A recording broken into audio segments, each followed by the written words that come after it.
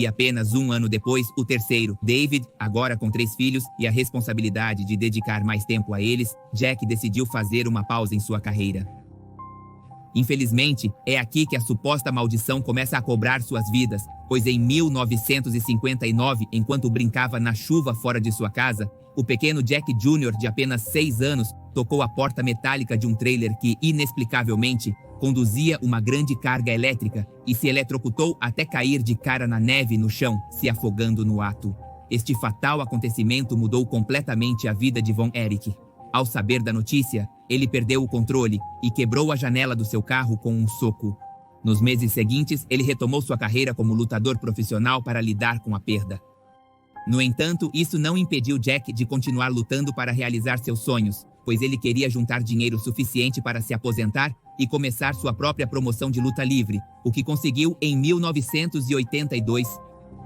No entanto, neste ano, os Von Erich já eram conhecidos e amados em todo o Texas, já que sua vida familiar estava sempre aberta ao público, então cada conquista esportiva de seus filhos imediatamente dominava as notícias ou jornais da área.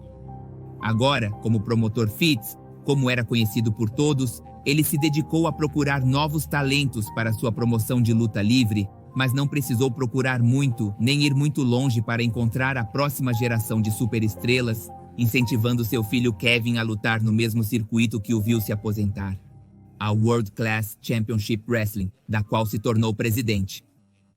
Como lutador individual, Kevin provou ser um atleta completo. Sua elasticidade e resistência o posicionaram como um acrobata natural e avançado para sua época. Sua peculiar maneira de lutar descalço também se tornou uma ótima maneira de fazer publicidade boca a boca.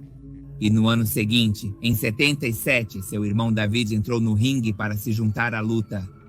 David costumava entrar para lutar com uma rosa amarela que combinava com seu apelido de Rosa Amarela do Texas. O jovem não era apenas o lutador mais talentoso da dinastia Von Erich, mas também havia se mostrado um empresário de sucesso ao gerar grandes lucros com a venda de cavalos de quarto de milha. Mas seu maior sucesso veio precisamente do ringue David, onde conseguiu se posicionar como um dos maiores contendores ao campeonato mundial da época, mesmo que disputou em diversas ocasiões e não conseguiu ganhar contra um de seus rivais, que depois se tornaria uma das maiores lendas do esporte, Ric Flair. Para 1978, o terceiro membro do grupo fez sua aparição em cena, Kerry. Fez sua estreia causando um grande impacto na audiência por seu físico proeminente e sua força descomunal.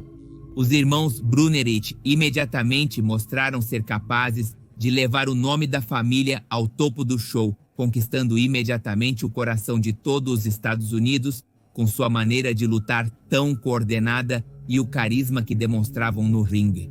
Todos eram grandes estrelas da televisão, reconhecidos por todos e em todo lugar. Infelizmente, tudo que soube tem que dizer. Em 1984, no auge de sua fama, David finalmente estava prestes a ganhar a maior honorária no circuito. O Campeonato Mundial de Pesos Pesados da National Wrestling Alliance havia programado que ele ganhasse o título contra seu rival ferrenho, Ric Flair.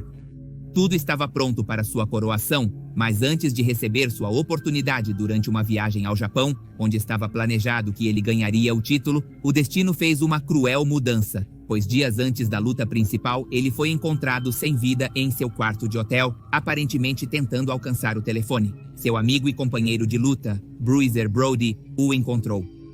É importante mencionar nesta parte que em torno deste trágico evento, corre o rumor de que Brody o encontrou em uma overdose e que imediatamente correu para jogar todas essas substâncias no vaso sanitário antes de relatar a descoberta como uma espécie de código de honra entre lutadores, mas isso nunca foi confirmado, pois ninguém gostaria de manchar a imagem do filho favorito do Texas. A versão oficial, por outro lado, indica que ele morreu devido a uma forte infecção causada por uma gastroenterite, provocada por ter comido alimentos estragados. Quando recebeu a notícia, ficou completamente devastado, assim como seus irmãos. Mas o mundo não parou de girar, especialmente no entretenimento esportivo. Então, Fritz realizou uma missa de cerimônia de despedida, que foi televisionada e recebeu a visita de mais de 30 mil fãs, que vieram se despedir da Rosa Amarela do Texas. Não satisfeito com isso, a oportunidade de ganhar o título contra Ric Flair foi concedida a seu irmão Kerry, que lutou naquela mesma noite pelo campeonato, ganhando a medalha para a emoção e alegria de todos os fãs, mas acima de tudo da família, pois acabara de cumprir o destino de seu irmão. Dado que os planos originais eram para David, a empresa de luta decidiu imediatamente tirar o título de seu irmão, fazendo-o perder para Flair apenas alguns dias depois, tornando-se um dos reinados mais efêmeros da empresa. Kerry Von Erich havia então se tornado o rosto da família perante a mídia, mas com isso veio a pressão constante de se tornar um bom exemplo para a sociedade e um herói para as crianças. No entanto, muito poucas pessoas sabiam sobre seu histórico de prisões por posse dessa erva da felicidade ou por dirigir sob a influência de álcool.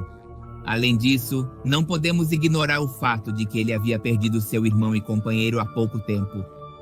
2 anos após a morte de David, em 1986, Kerry sofreu um acidente ao dirigir em alta velocidade em sua motocicleta e colidiu diretamente na traseira de um carro de polícia. Seu quadril foi deslocado, enquanto sua perna ficou completamente destruída. Os médicos tiveram que amputá-la. Após o acidente, Von Erich desenvolveu um forte vício em analgésicos e outros medicamentos, mas apesar disso continuou lutando todas as semanas usando uma perna protética. A dor que ele teve que suportar para continuar com o show era indescritível, pois ele não podia diminuir o ritmo de suas apresentações e ninguém podia descobrir sobre seu acidente, pois isso lhe custaria contratos perdidos e a oportunidade de continuar no ringue. Apesar disso, em 90 recebeu um contrato da World Wrestling Federation, hoje conhecida como World Wrestling Entertainment, a maior empresa de entretenimento esportivo, onde mudou seu nome para Texas Tornado, mas o anunciador continuava usando seu nome anterior, pois tanto para ele quanto para qualquer um dos irmãos, era impossível se desvincular do sobrenome inventado por seu pai. Infelizmente, a suposta maldição dos Von Erich estava prestes a cobrar uma nova vítima, pois em 1992, a empresa de luta rescindiu seu contrato e ele foi forçado a lutar no circuito independente, o que aumentou seus vícios em substâncias ilegais e analgésicos, até que finalmente, em 1993, decidiu tirar a própria vida atirando no coração com uma arma calibre .44, a mesma que ele havia dado ao pai como presente de Natal. Mas as perdas e tragédias para a família não terminaram aí, pois antes da morte de Kerry, um de seus irmãos mais novos, Mike, havia sido apresentado aos telespectadores como mais um membro do grupo, esperando preencher os sapatos que David havia deixado. Infelizmente, Mike não tinha a constituição física de seus irmãos mais velhos, nem a capacidade atlética ou a habilidade na câmera que faz um lutador profissional de agradar ao pai, levaram o jovem a arriscar sua vida toda vez que subia no ringue, até que em 85 sofreu uma lesão no ombro que imediatamente resultou em uma infecção que lhe causou um choque tóxico, onde sua temperatura corporal chegou a 42 graus. Naturalmente, esse mal-estar causou-lhe danos cerebrais incalculáveis, pois perdeu grande parte de sua capacidade de falar e sua personalidade mudou totalmente, tendo, em várias ocasiões, surtos repentinos de raiva. Essas condições, somadas à constante pressão de seu pai para preencher os sapatos de seu irmão Mike, levaram-no a desenvolver uma forte dependência de álcool e comprimidos para dormir. Até que em 1987 ele não compareceu a um dos eventos que tinha agendados. E isso para a família Von Erich era algo impensável. Kevin foi procurá-lo e encontrou um bilhete dizendo que ele havia tirado a própria vida em seu apartamento, o que iniciou uma busca por todo o Texas que terminou 4 dias depois, quando ele foi encontrado ao lado de um lago dentro de um saco de dormir. Ele havia ingerido uma quantidade perigosa de álcool e analgésicos que causaram uma overdose. Após sua morte, Fritz montou novamente o mesmo cenário que com a morte de David, vendendo ingressos a $100 para presenciar a despedida familiar de seu filho, ganhando o repúdio de sua esposa, evidentemente que pediu o divórcio no ano de 92. Mas essa não foi a última vida que essa suposta maldição parecia reivindicar, pois ainda temos que falar do mais novo dos Von Erich, Chris, que passou toda a sua vida vendo seus irmãos lutarem, viajando com eles, e treinando para realizar o sonho de compartilhar um dia o ringue e poder fazer parte desta tão renomada dinastia. Mas a genética não foi tão gentil com o mais novo dos irmãos, pois ele estava muito longe de ter seu físico imponente, ou pelo menos sua boa saúde, já que desde pequeno sofria de várias doenças respiratórias que acabaram danificando seus pulmões de maneira irreparável. Além disso, seus ossos eram muito frágeis para o esporte, chegando a ter várias fraturas em simples treinamentos com seus irmãos. Mesmo assim, tentou fazer sua estreia no show durante o ano de 1990. No entanto, devido à sua evidente falta de habilidades, ele não conquistou o agrado do público que esperava grandes coisas dele por causa de seu sobrenome.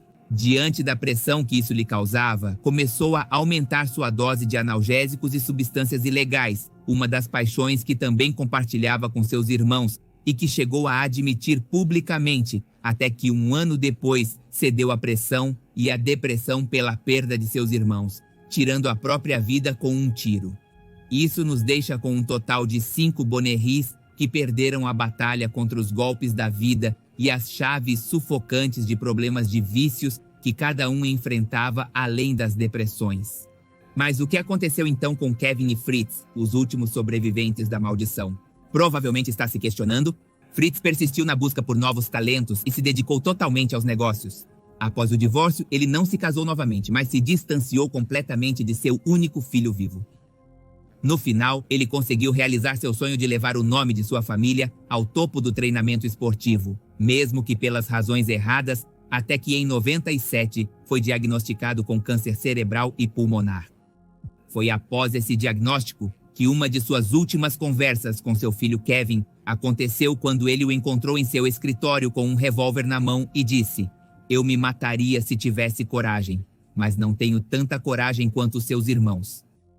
No entanto, Kevin respondeu: "Eles são os que não tiveram coragem para viver. É preciso coragem para se apegar à vida e não fazer o mesmo que eles."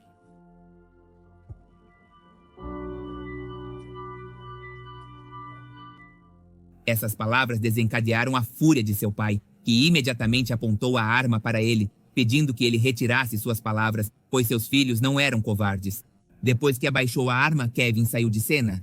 Alguns meses depois, Fritz perdeu a vida por causa de sua doença.